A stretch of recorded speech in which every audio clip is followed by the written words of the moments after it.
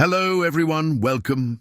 Today, we're going to explore a story about the dangers of making decisions in anger and the power of calm thinking when we're facing challenges. While we listen to the story, we'll also learn new words and how to make sentences with them. This will help us practice English in a fun and easy way, so stay with us till the end. Once upon a time in a faraway kingdom, there was a young king named David. David had just inherited the throne at the age of 25 after his father's passing. Growing up, David was guided by a wise teacher named Edward, who taught him not only about the world, but also about the values of kindness, patience, and wisdom. After his father's death, Edward became David's closest advisor, guiding him through the many challenges of ruling a kingdom. Edward was now serving as the kingdom's chief minister and David's trusted counselor. Everything in the kingdom was going smoothly, until one year an unexpected food crisis struck due to a mistake Edward made in the weather forecast. In his frustration and anger, David, without thinking twice, ordered Edward, his own mentor, to leave the kingdom and never return. With a heavy heart, Edward quietly obeyed, leaving the palace and the life he had known behind to start anew. Edward settled in a distant village, choosing a life as a humble farmer. Though he still had wealth, he opted for a simple life, connecting with the villagers and sharing in their daily struggles. Edward quickly earned the respect of the villagers, who came to him for advice on everything from farming issues to resolving disputes. Meanwhile, back in the kingdom, David was struggling. He missed Edward's wise counsel, especially as he faced complex decisions on his own. Gradually, David began to realize that banishing Edward was a mistake, a decision made out of anger rather than thoughtfulness. Regret gwed at David, and he decided to send out soldiers to search for Edward and bring him back. Days turned into weeks, but there was no sign of him.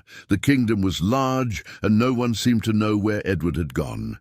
Then David had an idea, inspired by the clever methods Edward once taught him.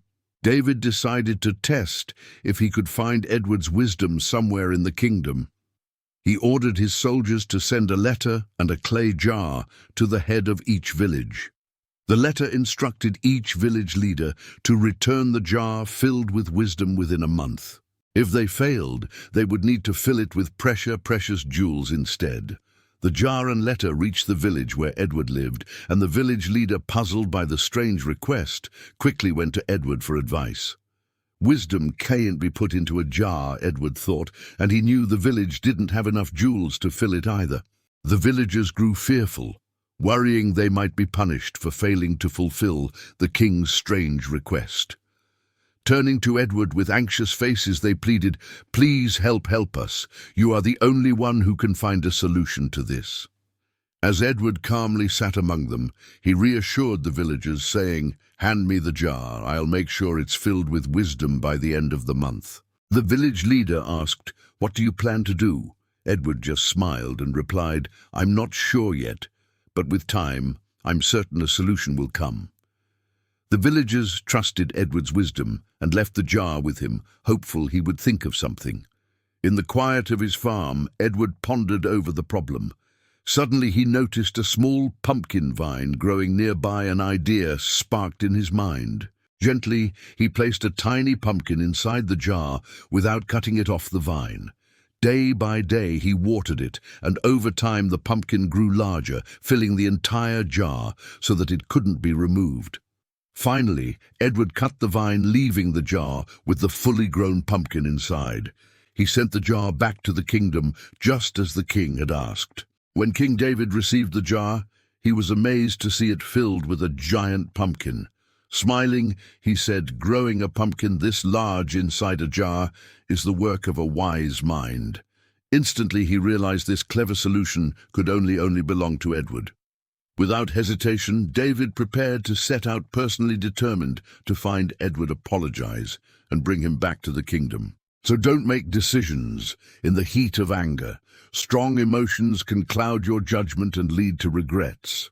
And second, take a moment to calm yourself before solving a problem.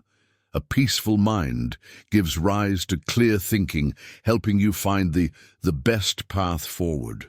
Remember, wisdom often comes from patience and understanding. Today, we learn new words and sentences through this story. Remember, learning English can be fun when you practice regularly, so keep listening, learning and growing. Make sure to like, comment and share how this story helped you improve your English. Thank you for watching, and I'll see you in the next story.